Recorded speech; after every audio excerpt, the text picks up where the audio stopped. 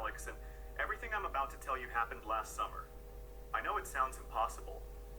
If someone told me this story a year ago, I would have laughed and called them crazy. But after what happened, I stopped laughing. Because some things in this world aren't supposed to exist. And one of those things found me. It started on a Friday evening. The sky was dark and rain was falling so hard that most people had already gone home. I was walking back from school, taking the shortcut near the old industrial district on the edge of town. Nobody liked that area. Most of the factories had been abandoned for years. Broken windows, rusty fences, empty parking lots. It felt like a place the city had forgotten. As I passed an old bus stop, something caught my eye. A black smartphone. It was lying in the middle of a puddle. At first I thought it was broken. But when I picked it up, I noticed something strange. The phone looked brand new. Not a single scratch, not a drop of water on it. Almost as if someone had placed it there moments ago. I looked around. No people, no cars, nothing. Then the screen suddenly turned on. I nearly dropped it. The display was completely black except for a single white message. Would you like to see tomorrow? Below it was one button. Yes. I stared at it for several seconds. Then curiosity won. I pressed it. The screen flashed. A video began playing. The camera seemed to be recording inside my school. I watched as students walked through the hallway. Then it entered my classroom. My heart skipped a beat. I was sitting at my desk. The date in the corner of the screen was tomorrow's date. I leaned closer. One of my classmates stood up. His elbow hit a bottle of orange juice. The bottle tipped over. The juice spilled across the teacher's laptop. Everyone jumped from their seats. The teacher started yelling. The video ended. That's it. 30 seconds. Nothing more. What kind of joke is this? I muttered. The screen immediately went black. No matter what I pressed, it wouldn't turn back on. The next day, I completely forgot about it. Until third period. I was sitting in math class. The teacher was explaining equations. Suddenly, one of my classmates stood up. His elbow hit a bottle of orange juice. The bottle tipped over. The juice spilled directly onto the teacher's laptop. Exactly. The same. Every movement. Every second. Every detail. The classroom exploded into chaos. My stomach dropped. I couldn't breathe. Because I had already seen this happen. The moment school ended, I ran home. I pulled the mysterious phone from my backpack. The second my fingers touched it, the screen lit up. A new message appeared. Would you like to see the day after tomorrow? I felt cold. Very cold. Because now I understood. The phone wasn't predicting the future. It was showing it. Over the next few days, I kept watching. Every evening, the phone showed me tomorrow.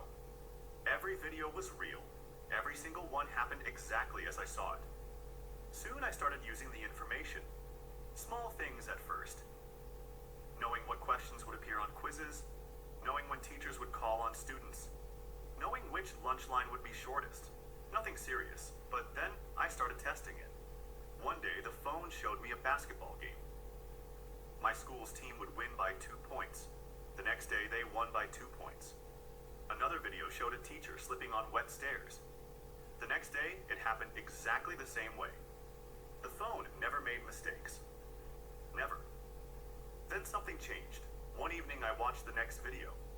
At first, everything looked normal. Students walking, cars moving, people talking.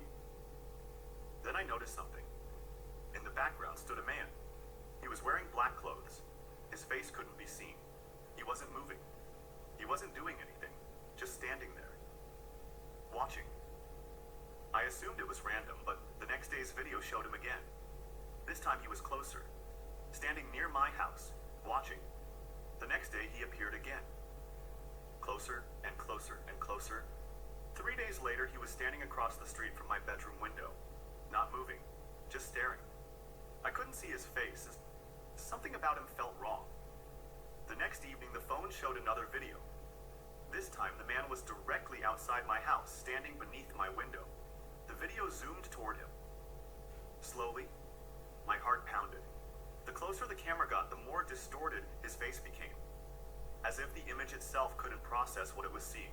Then suddenly he looked directly into the camera and smiled. The video ended. For the first time since finding the phone, I felt real fear.